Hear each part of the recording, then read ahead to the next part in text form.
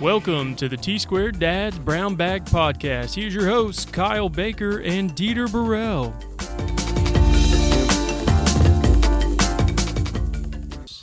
Dan, thank you for joining me in today's podcast. I still remember as if it was yesterday when we met up at the University of Florida.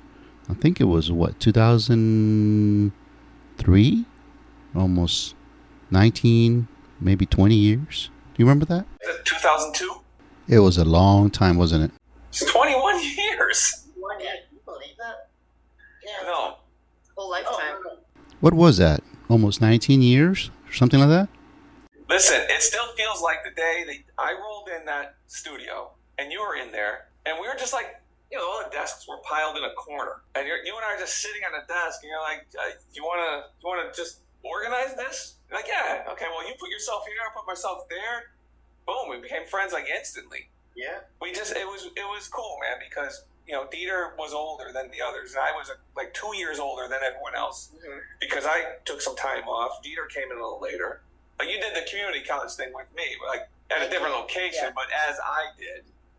So we both kind of came in later than everyone else. We was just like, And it's funny because you were just a little younger than I am. Not by much, though. Oh, you got more gray. You got more gray than I do. The stuff that you were saying, I could relate because you were coming from Connecticut. And the music you were listening to, I could relate to. And it's you were from Miami. Yeah. So a lot of the music I listened to was Miami music. Right. Well, at least it was, like Latin freestyle. It was like, I was in that. It was a weird little culture that kind of came up from Miami to New York and somehow landed in Connecticut, Yeah. And I remember you were such a hard worker. People just had a hard time connecting with other people. I don't understand. College people just had a particular way of kind of creating their own isolation, living in a little bubble. I remember going up to people, trying to figure out what the hell they were doing, and I was just trying to understand. That's all. No, I'm laughing as you said, and I can relate to people, but some people have a hard time. All I'm thinking about is bird killer. Do you remember bird killer? Remember when the bird flew into the window? Yeah. And I look out, and on the ledge, the bird is down there, and it just, the beak was sideways. Yeah, it was done. Yeah. And I felt bad. Yeah. I felt bad, and I looked down, and I'm just like, it's suffering. And I can't even remember the student's name, female. What was her name? She's like, oh, just let it rest. Just let it rest and it'll be okay. I said, the thing is twitching out there. She's like, you're a bird killer. I said, I didn't do anything. You didn't. I did nothing. The bird, the architecture school had just a whole facade. It was like just a ribbon of glass. Mm-hmm. And we were up in, 4 stories up, floating on some concrete.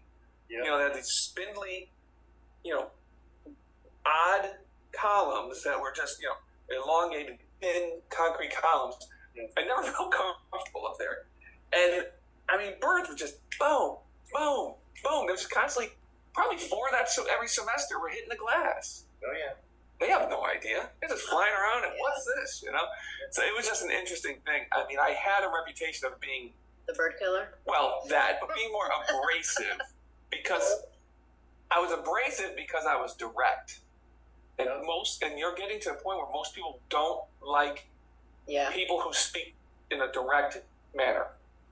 It's not something people can tolerate. They like that kind of, it's okay. They like the guys that always back down, especially the girls. Because I remember a few times it sounded like you were confrontative, but you were just being expressive, clear, direct. I use that today. Yeah. And I think I kind of projected that on you too, with contractors. Mm-hmm. Because the architects that taught me were the same way. It was just, you had to be matter of fact. You had to be direct. You don't beat around the bush. If you did something wrong, you say it, and then you fix it. Right. But if you do something wrong, and you sort of say, well, I don't know, there's a lot of circumstances that caused this, and then you come with no solution. You're useless. You're useless to everybody. So I've just been taught, be direct, if you do something wrong, or if someone else does something wrong, you don't attack the person. You find a solution with the person quickly, without feelings, without telling people, you deal with the feelings later. Yeah. At that moment, you fix it, And that's sort of how I've approached just conversations. Just all my conversations are that way, I'd say, yeah. Even between us out there, we just are. Have you noticed your staff using the same techniques out in the field? Yes. Yeah. Yes. That topic that you just touched on, that should be an entire podcast dedicated for that, because it is crucial for interns and any professional to learn from other professionals when they're communicating. It's vital. I've been in Pensacola for 20 years, and I've noticed that a lot of people copy their managers. Especially, you got folks that have a very toxic type of and style to communicate, and you kind of see the repetition as other interns end up picking up that same style. There needs to be a class or something that kind of teaches these managers to communicate, because their impact is generational, I believe. This toxic communication style, not only does it impact other people, but it impacts the people that work underneath these folks. And they tend to have a bad habit of bashing people on their heads, and it doesn't help anything. They need to be able to push people up and elevate them. I understand, it's like people make mistakes, one, maybe 5 times, and it's almost sometimes impossible to help people improve. You got a limitation to what they can and can't do. That's definitely something to look for and try to help. I'll tell you this, though, I don't wait 5-6 times. I don't have the luxury or the time or the patience for 5 to 6 times. When I see something that is blatantly inaccurate or just a blatant error, and it's an error that should never have happened, I'll call it out right there, and I have to address it. But that doesn't mean you bash the person. You never bash the person. My technique is basically make the person remember it so that they don't do it again, but also build them up to say you won't do it again. Build them up in a way that they feel confident they won't do it again. There's stories, I don't know. There's certain stories I don't really want to necessarily share, but, there are things that have occurred numerous times. I've done things, Cynthia's done things where we had to fix errors. Every set of drawings that an architect produces is a one-off set of drawings. So they're not going to be refined drawings. They're not mass-produced.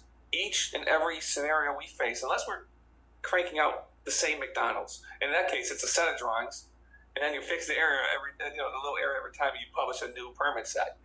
But our projects are one-off set of drawings. We have one chance to get it right. You go through the process, you work with a team, and you hope you get it right. But we don't provide instructions to build that. We provide a service.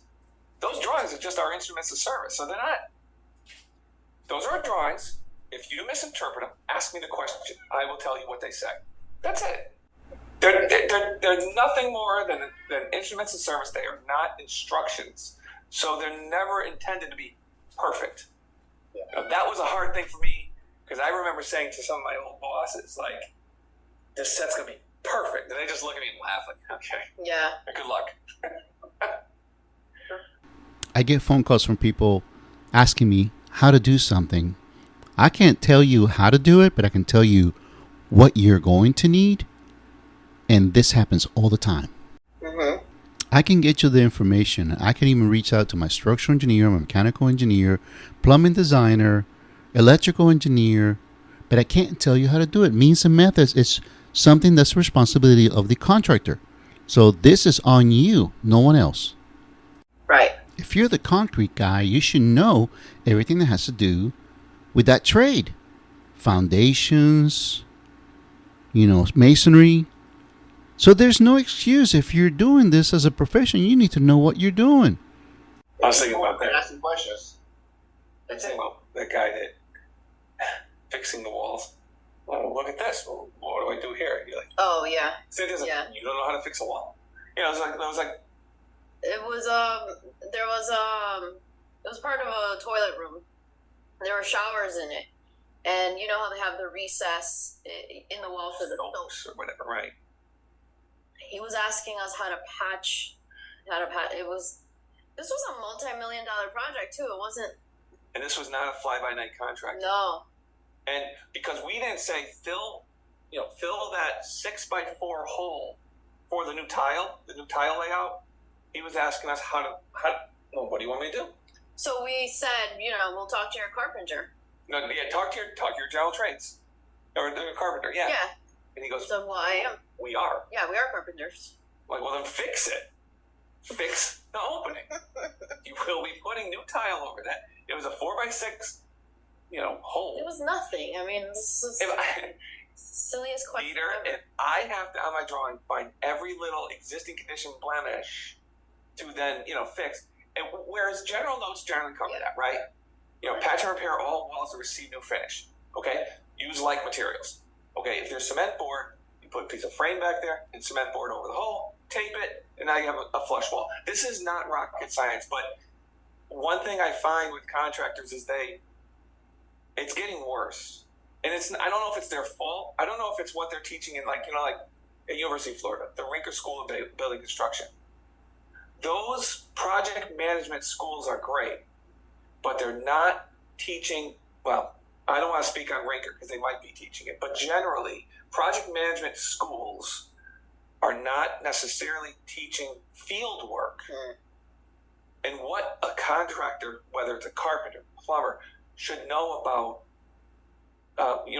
the nuances of being in the field. Right. And that's where Cynthia and I run into where they look at me like, how do you want me to do this? I told you what it is. I told you where to get it. I specified it. But the means and methods of building it, unless, how many times do you get shop drawings for carpentry, for millwork? You'll detail it one way. The shop sends it back another way. And now you look and you go, well, I mean, that makes sense too, but you don't, unless it's a detail you need, if it's the rough carpentry and they want to do it differently with an aluminum angle versus a wood block, Yeah, go ahead. I don't know. I mean, I don't really care.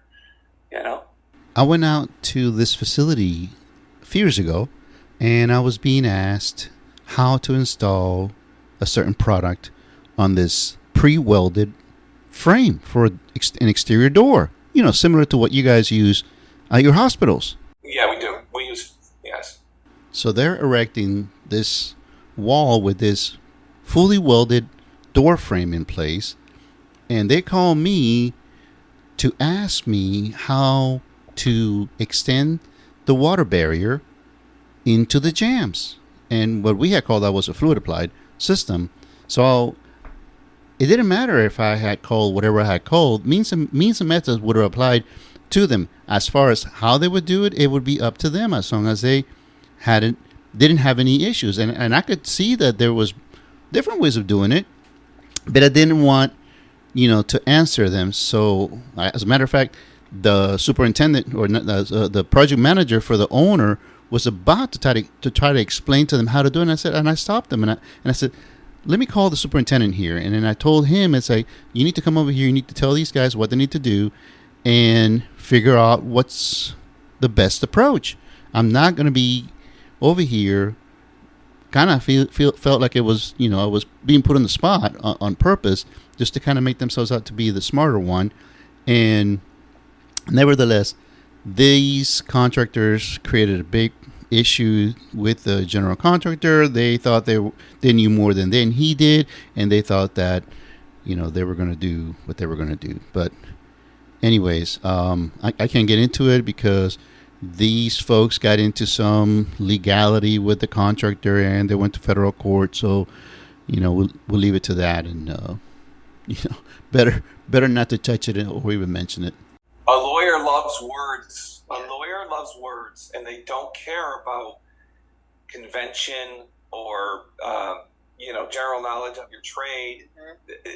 Those words mean so much to an attorney, and it's we had an issue here where something went wrong. I'm not going to describe it, but something somewhat minor, basically the wrong material. Okay, was used to build something, and we saw it, we flagged it, but I called in one of my staff members, and I just said, if we don't get in front of this simply means that I buy it, and that's not going to happen. So before we even get to that point, fix it now. And we went back, looked at our drawings. For anyone listening to this, there's a difference between the design drawings or the construction documents and the shop drawings. And there is a disconnect between what those mean. And our drawings are right, the shop drawings are wrong. And there's, 4 sets of eyes looking at those shop drawings. There's the owner, the architect, the general contractor, and the sub that made it. Okay, those shop drawings are important, but our drawings, if they make a mistake, it doesn't mean now they get away with it because they didn't follow ours. And that's something that we all architects, young architects need to know. That the contractor, how many times do you look at a shop drawing and it's wrong? They just didn't even, I don't even know if they looked at your drawings. Every time. And especially when you're talking about specific things like casework, trim work, mill work. Yeah. These things always are lacking, they're lacking detail lately. I look at old shop drawings from like early 2000s, right when we got out of school. Oh, they were detailed. Yeah. Remember the laboratory casework? Detailed. Mm-hmm. They wanted to make sure their workers in their shop knew what they were going to build and how exactly every piece. Today, it's like a lot of times because of CAD or Revit, they repurpose our drawings. They sign a CAD release. Yeah.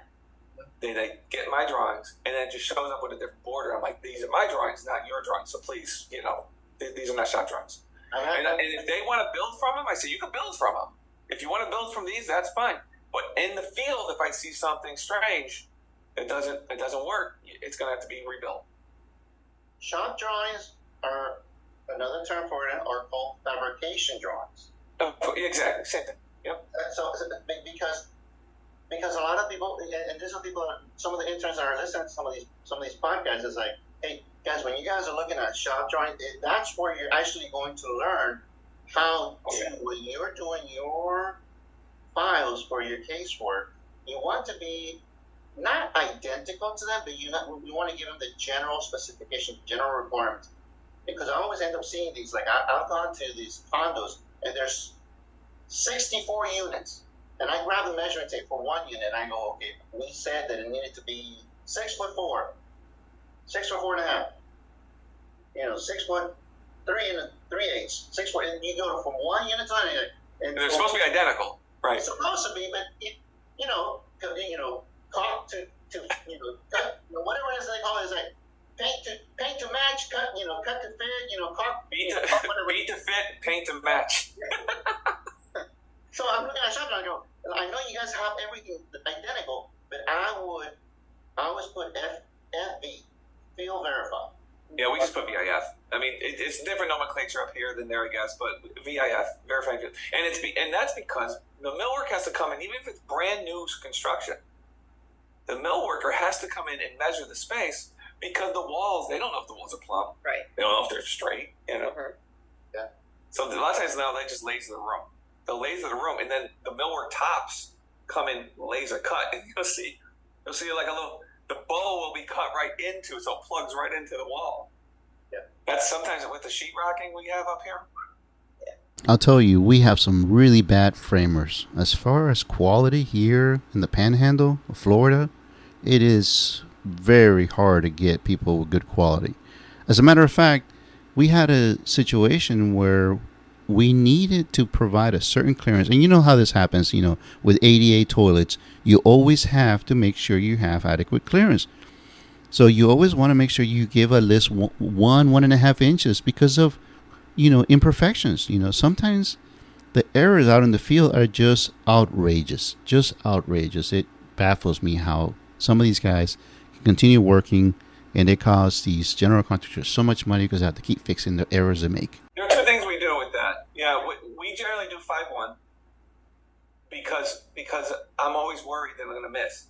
And sometimes the local will be like, it's 411. Yeah. Sometimes you got to get that measuring tape and whip it out. You never know when the code official is going to come in there and measure and see that you're not to code. You may not. she came in and they put the sink 12 inches from the center, 12 inches off the wall. Yeah. So she had to make a move it over to get at least 15. Yeah. Well, I just wanted to kind of say thank you for joining me on this podcast. And I know we can stay here for hours and hours and talk about all kinds of fun stuff, memories, and things like that. As a matter of fact, I'll probably ask you to be in the podcast next week or in a couple of weeks to kind of touch on some of the big topics that you mentioned and we actually mentioned during this podcast. So I appreciate you guys. Thank you again for participating and being part of our podcast. And stay tuned. And don't forget to all your listeners to subscribe, and see you next time.